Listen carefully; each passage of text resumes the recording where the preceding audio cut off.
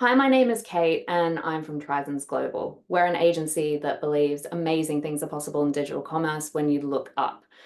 Today, we're going to be having a chat with the lovely Aneep, and we're going to be focusing on CRO and SEO because there are a lot of situations where you're driving things like organic traffic into your website, but then not considering the experience once they're on there. So, first of all, if you haven't met Aneep before, Aneep, would you like to introduce yourself and what you do at Trizons? Yeah, sure. Thanks, Kate. I'm so excited to talk about this topic. So my name is Aneep. I'm a CRO consultant here at Trizons, and I've been with the business for over a year. And prior to this, I've been retail side on e-com sort of merchandising team. So kind of wealth of experience on both sides. So yeah, really excited to delve into this topic. Amazing. So, I guess I've sort of run through the basics of it. Did you Yeah. want to give us a little bit more of a deep dive into why SEO and CRO should be considered in tandem with each other? Yeah, definitely. I mean, this is something I've been kind of saying for about a year or so. So hence, so excited to do this video because people don't realize that SEO and CRO work hand in hand so well, but it's something you don't actually in the CRO world or even generally in the digital world, you don't really hear about it a lot. But it's amazing how much they actually are such a good combination. And Very intertwined. yeah, so much because people sometimes think of SEO as, oh, that's the beginning, and then CRO is afterwards. But it's actually, I try and think of it rather than a funnel, but like a loop with the SEO and CRO. I think that's the best way to kind of visually describe how they can work together alongside each other, parallel, like in different ways. So yeah, I think it definitely needs to be considered a lot more in the respect of how they kind of work together in the customer journey. And I guess, do you want to give us a couple of examples to highlight that importance and connection between the two of them, just so we make it clear as day for everyone having a listen? Yeah, definitely. So I think, as you said before, like people think of SEO as like the beginning of the journey. You're bringing in all that organic traffic. It takes time, money. A lot of companies do spend a lot of money generating that free traffic to eventually come in.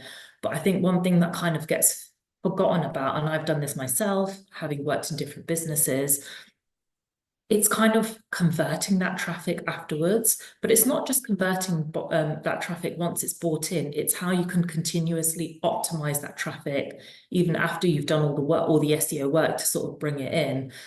So one example, just off the top of my head, when I was retail side, say you have a product landing page or a PLP Mhm. and it's multi-product. So say it's a sale PLP. Sometimes it can be quite difficult for customers to shop, to navigate. You can put in all the amazing filters, make an easy navigation for them, but sometimes it can be quite difficult to shop. And there could be a consideration where the business might decide to replace it with a content landing page with different categories and kind of make it easier shoppable in that way. Where some companies might have already kind of put a lot of SEO traffic and put some work towards it, that lack of consideration of how that traffic is then going to convert by changing it is not really considered. So it's important to have CRO working with SEO, A, making sure that that traffic is still coming in, and B, how can customers actually shop that content landing page? Is it, UX and UI friendly? Is it easily shoppable? What is it, for example, category-wise customers are shopping? Post all that traffic coming into that PLP, what is that traffic looking like afterwards? So that's like one kind of small example off the top of my head in terms of how they can work together. Yeah, and I guess we actually did a little video with Emma previously where she was talking about, intent of the user as well. And so if we're using your example of a sale page, they may likely be coming in from, say, a mobile device. They've seen something on social media or they've seen something, just come through search engine. But in the case of social media, for example, they may likely be using their mobile, like I'd say 80% likely they're going to be 90% likely they're going to be using their mobile. And so I guess it's around optimizing not just for that shopper intent, but also the device that they're using as well. Yeah, definitely. Like device, sort of, it could be like device specific. And I remember once we kind of looked at, again, when I was on the retail side, we always used to look at channel traffic every single week. But once we had it broken down for us where that channel was kind of going, that traffic was going into, and specifically when we looked at SEO, we kind of just think, oh yeah, SEO, it's this and it's however much it is on the year, up on the year, down on the year. But we weren't really looking into that data analysis piece where CRO kind of comes in and says, right, where is that traffic actually going to? And once it was broken down, we found that a lot of the traffic's going to PDP. And then it was kind of like a light bulb moment where it was like, so all that traffic is going to into PDP's product description pages, but we weren't spending our efforts optimizing those pages. And that's where, like I said, it was a light bulb moment where we thought, right, this is where we need to be doing our, sort of data analysis on what customers are shopping, why the traffic is dropping off on our PDP pages, and what kind of different tests we could be doing on there to improve that conversion with all that traffic going in there. Because as you said, we can be, it's that intent. You can spend all that time and money driving that traffic to the websites and specific part of the websites, but it's then looking at that onward journey of, right, okay, so what is it that customers are actually doing once they hit certain parts of the website? Where on the website are they hitting? And if they're not converting, why is that? So it's kind of that CRO and data analysis piece and where that kind of comes in and marries with SEO. I guess to take that a step further as well, technical SEO. I know that is also going to play a big part in it. So I guess, did you want to explain what technical SEO is and then an example of its use for CRO as well? Yeah, I mean, technical SEO is like quite a big, broad thing, but generally it's basically making back-end sort of like changes with, like, say, a system integrator or developers or whatever it is, on improving your overall SEO for the website. So whether it's creating like canonical tags, making the site more crawlable, creating new URLs. Yeah, it can be all sorts of things to kind of generally improve that SEO and getting more people into the website. And I guess maybe one of the examples is when you go on to, say, for example, using the sale example again. Yeah. Creating filters and then creating the URLs that correspond to those filters.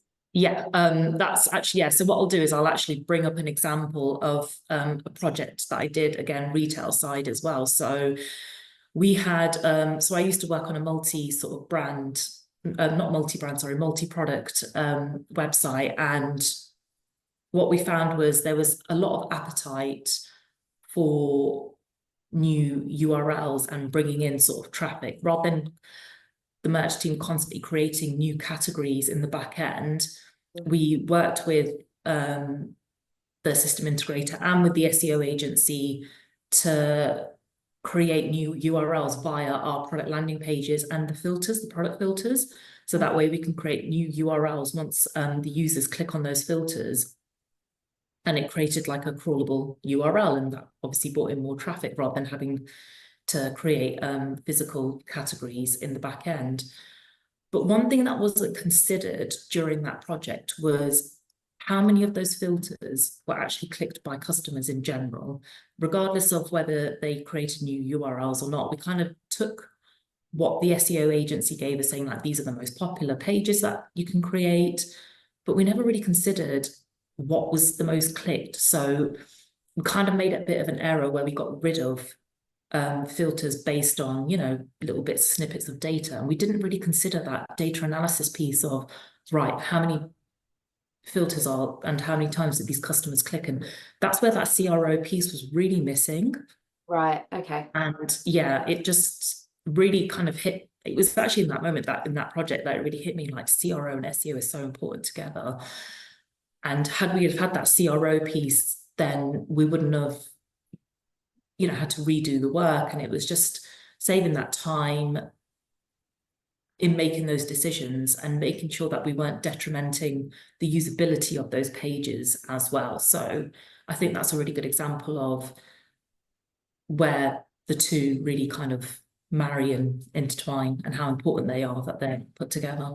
Yeah, and I guess a lesson in always making data-driven decisions. So what is this change going to impact, right? And have we considered the customer in every element of this decision or this change that we're making, right? So making sure you're looking at the data, the insights, how people are using the site, how they're shopping, all of Yes. that sort of great stuff.